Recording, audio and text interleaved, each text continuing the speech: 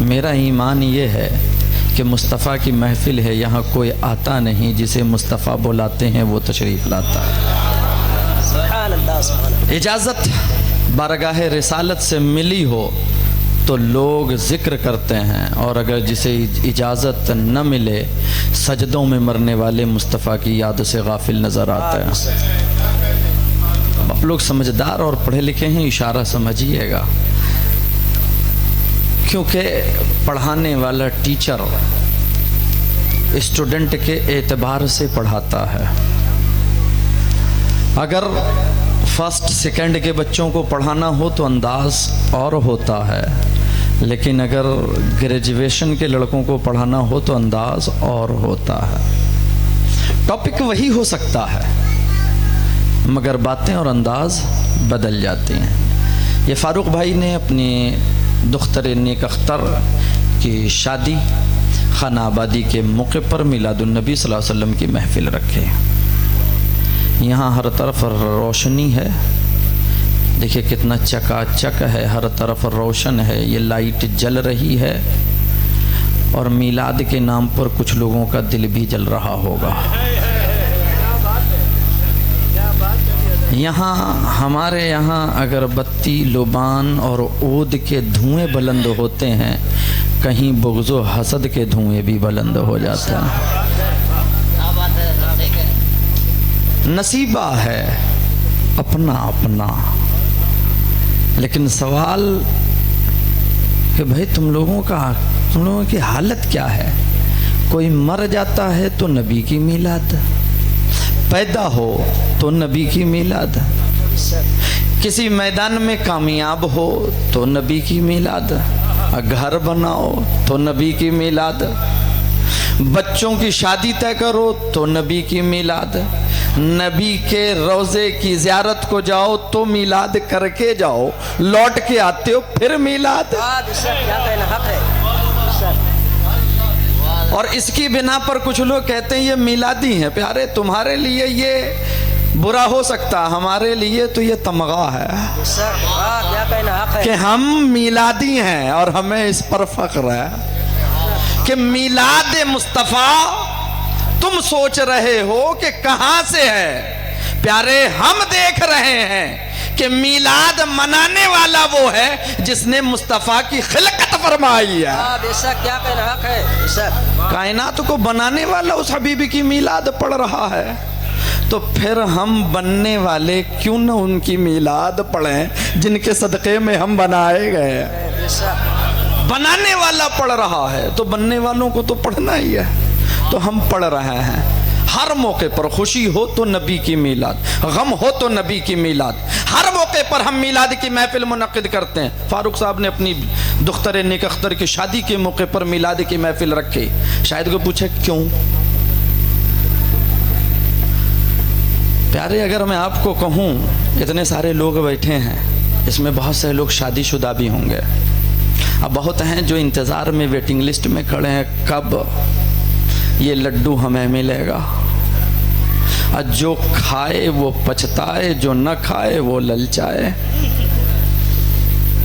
ہاں ابھی بس ٹاپک ہی آج یہ ہے، نکاح، آج کا ٹاپک ہی یہی ہے، اور اسی پر بہت تیزی کے ساتھ میں گفتگو کروں گا۔ کچھ ویٹنگ میں ہیں، کچھ کر چکے ہیں، لیکن ذرا ایمانداری سے بتاؤ، کیا کسی نے شادی سے پہلے مولانا شرف الدین صاحب کا دروازہ کھٹکھٹایا، مولانا صاحب ہم نکاح کرنے جا رہے ہیں، ذرا یہ بتا دو کہ بیوی کے حقوق کیا کیا ہیں؟ کبھی کوئی آیا؟ نہیں۔ کبھی کوئی گیا؟ نہیں۔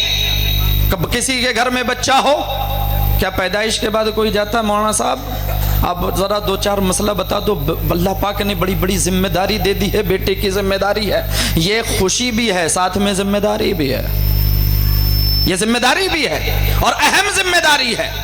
اگر صحیح سے سنوار کر اس کے لیے کسی کو لے آؤ یا اس کو کسی کے لیے پہنچا دو، جنت ہے تمہاری۔ تعلیم و تربیت کا بھی اولاد کے، اس کا بڑا اجر ہے، ذمہ داری ہے۔ لیکن کیا کوئی کچھ ہے کہ جو لڑکے کی پیدائش کے بعد گئے ہوں کہ ذرا بتا دیں اللہ پاک نے اولاد جیسی نعمت دی تو اس کے مسائل کیا ہیں، تربیت کیسے کرنی ہے، اسلام کیا سکھاتا ہے، آقائے دو جہاں کی سنت کیا ہے، نہیں پتا. کوئی نہیں گیا گھر بنانے سے پہلے گھر کے مسائل نہیں. کوئی انتقال کر جائے تو کفن دفن کے مسائل جاننے کے لیے نہیں. آنے والے پر تو نہیں، جانے والے پر تو نہیں، کچھ مل جائے تو نہیں. جب کبھی مصیبتوں کے پہاڑ آ جائیں تو اس صورت میں شریعت صبر کا کیسے حکم دیتی ہے، کیا اس کے بارے میں کوئی پوچھنے گیا؟ نہیں. آج ہماری یہ کیفیت ہے.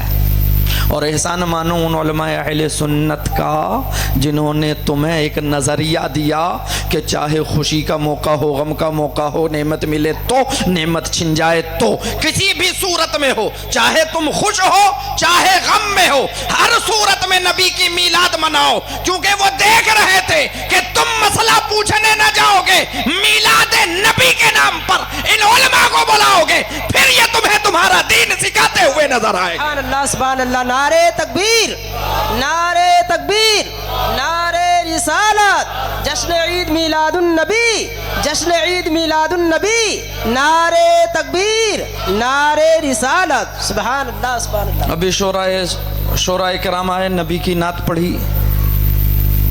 کسی کا انداز بہانے والا تھا، کسی کا انداز بہنے والا تھا، کسی کا پینے والا، کسی کا پلانے والا.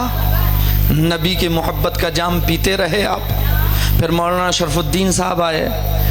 کتنی عمدہ عمدہ باتیں اس سماجی زندگی کے لیے آپ کو سمندر کی گہرائی میں علم کے غوطہ لگا کر موتیاں چن چن کر کے لا کر کے فری میں دیا، جسے ایک موتی کو تلاشنے کے لیے بڑی محنت کرنی پڑتی. تھوڑی دیر کی گفتگو میں وہ موتیاں ہم اپنے ان موتیوں سے اپنا دامن بھر چکے. بھرا تو اسی لیے تو رکھا ہے کہ میلاد کی محفل نبی کے نام پر آؤ، نبی کا دین لے کر کے جاؤ. کیونکہ اگر ہم بلائیں گے آؤ مسئلہ بتائیں، سوچو کہ کیا کریں، ہر ایک کو لگتا ہم خود ہی مفتی ہیں. ہاں، اور ہماری قوم کا عجب المیہ ہے، ہر دوسرا آدمی ڈاکٹر ہے. آپ بیماری بولو، پڑوس میں کھڑا ہوا بتائے گا ارے یہ بیماری ہے، دوائی ہے. یہ ہمارا کلچر ہے. ہر تیسرا آدمی بروکر ہے. بول کے دیکھو خریدنا ہے، بغل میں خریدوانے والا کھڑا ہوگا، بیچنا ہے بیچوانے والا کھڑا ہوگا. ہر چوتھا آدمی مفتی ہے. آپ مسئلہ بولو، وہ ضرور مسئلہ بتائیں گے چاہے انہیں خود آتا ہو یا نہ آتا ہو. عام ہے. اور کچھ تو ایسے نالائق ہیں کہ جو مصلی پر پیشانی رگڑ رگڑ کر خود کو نمازی بنا لیتے ہیں. لوگ اکثر کہتے ہیں میں رد پر نہیں بولتا، پیارے میں حکمت کے تحت، یا میرا مزاج نہیں ہے نہیں بولتا، بولوں تو کان سے دھواں نکلتا ہے. مصلی پر رگڑ رگڑ کر نمازی بن جاتے ہیں. یہاں ہوش سنبھالا ہے، بالغ ہونے سے پہلے سے نماز پڑھ رہے ہیں، بلوغت میں قدم رکھا، امامت کے مصلی پر کھڑا کر دیے گئے.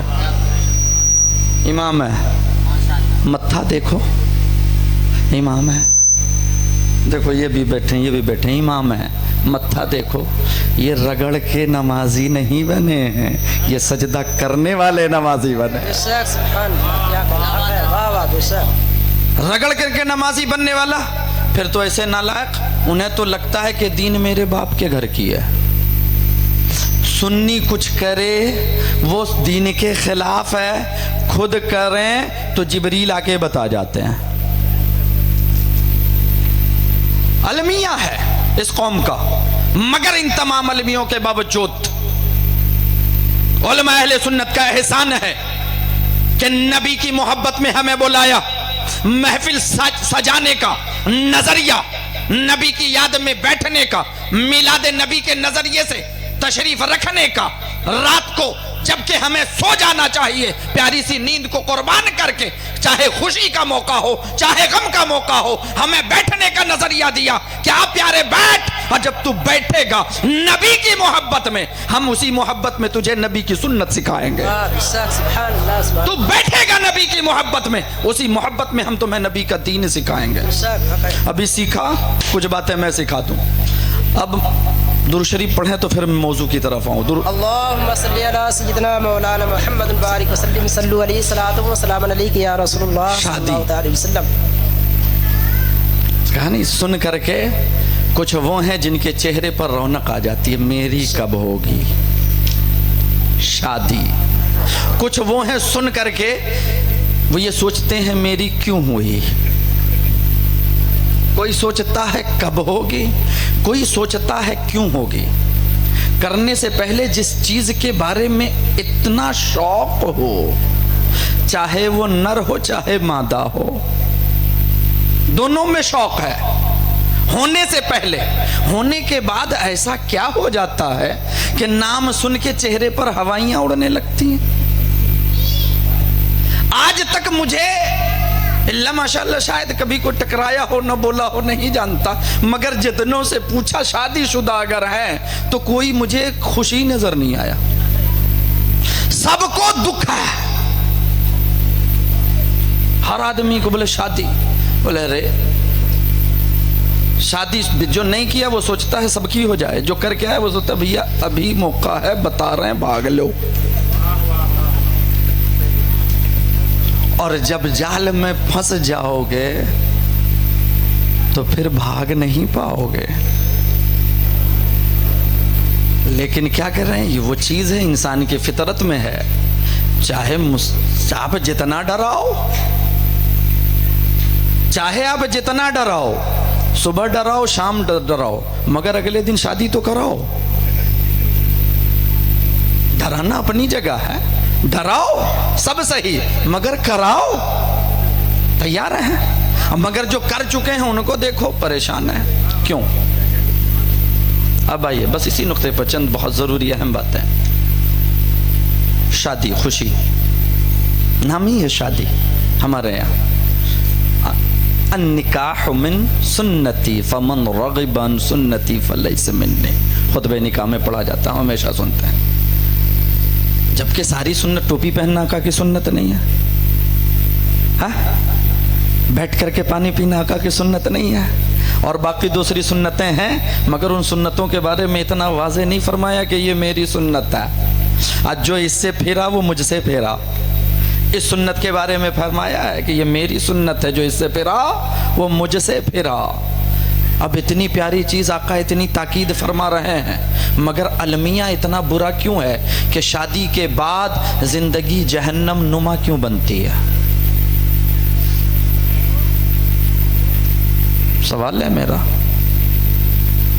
آئیے اسی پر غور کرتے ہیں اور پوسٹ مارٹم کرتے ہیں, گرہوں کو کھولتے ہیں, پھر صحیح راستہ کھوجنے کی کوشش کرتے ہیں کہ جو شادی شدہ ہیں کل ابھی یہاں سے جائیں, اپلائی کریں, جہنم نما زندگی جنت نما بنتی نظر آئے. جو کرنے والے ہیں پہلے سے تیاری کر لیں کہ کیا کرنا ہے.